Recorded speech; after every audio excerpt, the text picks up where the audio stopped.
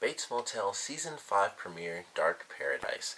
Now, of course, I think I've done this for like the past 3 seasons, but naturally, I am a week behind, so I was glad I was able to actually see this episode. I'm going to check out the second episode, of course. But it was a great start to the season. I mean, everything is just really chaotic. We have a pretty significant time skip. I didn't realize that when the episode first started. I was like, okay, how much time has really passed? But we find out it's at least been like 10 months because we find out that Emma and Dylan actually have a little baby girl. So it's been quite a bit of time. I was really shocked once, we saw the baby. I was like, oh, that's way more time than I thought. I figured maybe it had like just happened. It was, maybe a few weeks or something. I didn't think it had been nearly a year since it happened. So I was very surprised to see how much of a gap we've actually had between the last season and this season. But it was very cool, and I like the way they're playing around with Norman's, mental state, because he's in like this really weird in between where he's gotten to the point where he recognizes I'm having blackouts and stuff. He even keeps a little journal for us, like, I did this, I had a blackout here, but I did this afterwards. And I was like, okay, in that regard, he's making some strides. And then, of course, we have it where it's like as soon as he goes into the house, he instantaneously reverts. It's almost like inside the house is all blackout stuff because he, of course, talks with his mom. He believes that she faked her own death. Or maybe he doesn't. It's impossible to tell because, of course, at the end of the episode, he actually goes down to where her body really is. And it's just crazy. It's like when he's in the house, he loses all sense of reality and he believes that, she's actually there, that she faked her death and that the two of them are, kind of just stuck together. And it's just him the whole time. It's him cooking for himself, or not even cooking, like when the episode first starts out. And it's just so crazy. And then as soon as he leaves, it's like, no, he knows that she's dead. Like, he doesn't say, I mean, he does, like, for half a second when he's talking to the woman that brings the paint to the motel. He says we at first, and then he's like, well, I like it and stuff. And I was like, okay, that's the only time in the whole episode where he almost messed up. But he knows that she's dead, but once he goes to the house, it's like he doesn't. It's almost like he just goes through some sort of crazy portal, and he believes that she's alive again every time he's in the house. And it's just very interesting to watch that, where he goes outside, and there's nothing about it. He knows, yeah, she passed away. Some people in town might know, other people might not. He's seemingly friendly with, some of the people in the town. Like, he runs into the woman who has the little dog when he first goes to the hardware store. So it's like, all right, well, he's, nice and people know who he is and stuff like that. He's not just the crazy guy who owns the hotel or owns the motel right now. So it's really weird watching that, where he is somewhat normal outside of the house, but once he gets there, it's him and his mother, and he thinks that he's just talking with her and that she faked her death to protect him and all this other crazy stuff. And it's just crazy to watch. I'm like, how in the world does he have such a dangerous split? But that's kind of the point of his character, I guess. But it was very interesting. I really enjoyed his storyline. Of course, the other parts of this episode, we get to see what everyone's doing. Romero, of course, is still in prison, and he's still awaiting, his release, which is supposed to be in 2 years. I'm assuming something's going to happen where they kind of, get him an early release, because it failed this time, and his buddy's like, I wrote every good thing I could about you. But I'm sure that that's going to, work itself out before the end of the season, of course.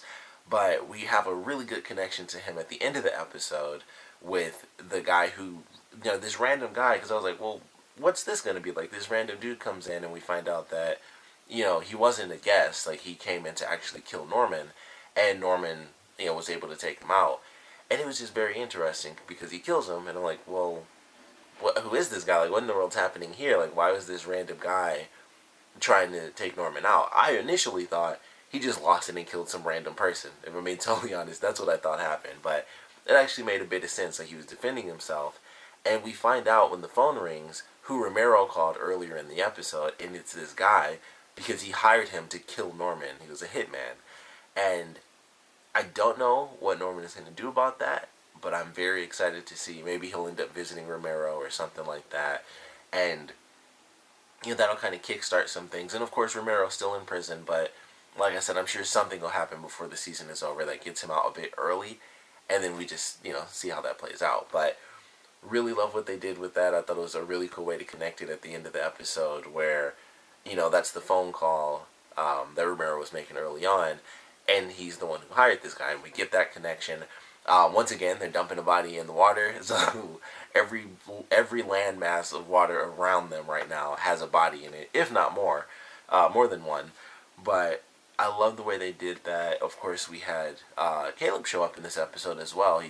Right from the beginning of the season, he ends up showing up at Emma and Dylan's house, and his plan was to stay there. And of course, with everything that happened, Dylan, yeah, as Emma put it, he was in an impossible situation, and he was going to help him out. But Emma, it was pretty awesome. She's like, I'll never forget what you did for me. I really appreciate it, but you got to go because you're putting him in an impossible situation, and you're going to kind of force him to be lying to his daughter every single day, because that's not a normal relationship that they have, and it's not even that great, really, because of some of the stuff that happened between Dylan and Caleb, even after, they learned, he learned the truth, after Dylan learned the truth.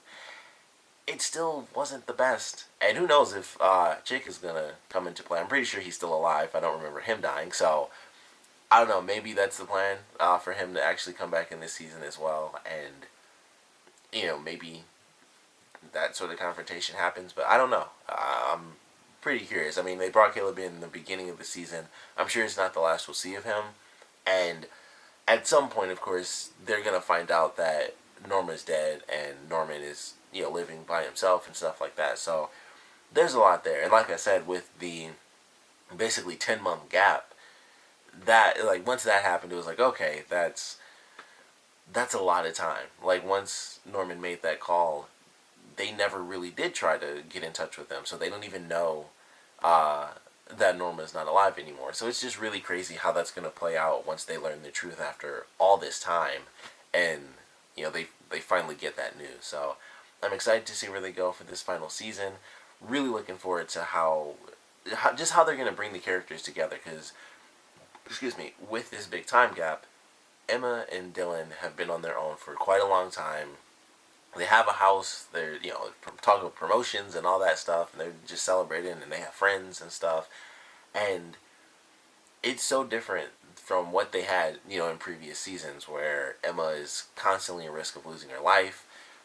Dylan, kind of the same thing, just for different reasons. So there's so much change for these two characters, and Norman's just getting worse, and Romero's going to eventually get out, and it's just like, I don't know how this is going to play out. It has me worried, especially with them having a daughter, that something bad will happen, particularly to Dylan, because Emma doesn't have as much of a connection as Dylan does. Even though he wasn't around all the time, he still does care about his younger brother. So I'm just worried that he'll go to try to help him, and then something bad will happen to Dylan, and he'll end up getting killed or something crazy. So I hope that's not the case, of course, but you never know with this series. I mean, how crazy things are truly going to get, of course, leading into the actual film, where they're going to really play around with. So definitely looking forward to it, but really love this premiere, of course. Would love to know what you guys thought about it, so please comment below. Let me know your favorite parts, your least favorite parts.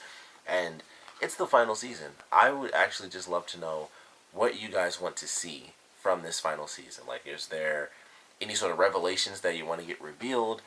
They did have a promo that I thought was interesting. I won't mention it just in case you guys may not have seen it. I was like, oh, that it's going to be a fairly big part of the storyline in a future episode, so I won't specify what it is. But when I saw that, I was like, that's interesting. That should definitely be something. And it actually showed up during like the recap thing. I watched the whole recap for all the previous seasons, and just as I was thinking, like, man, this at some point this has to happen, the commercial came on and it was like, oh, that's definitely happening this season. So that should be interesting. But like I said, want to know what you guys want to see from this final season, and of course, what you thought about this episode in general. So please comment below, let me know, and thanks for watching.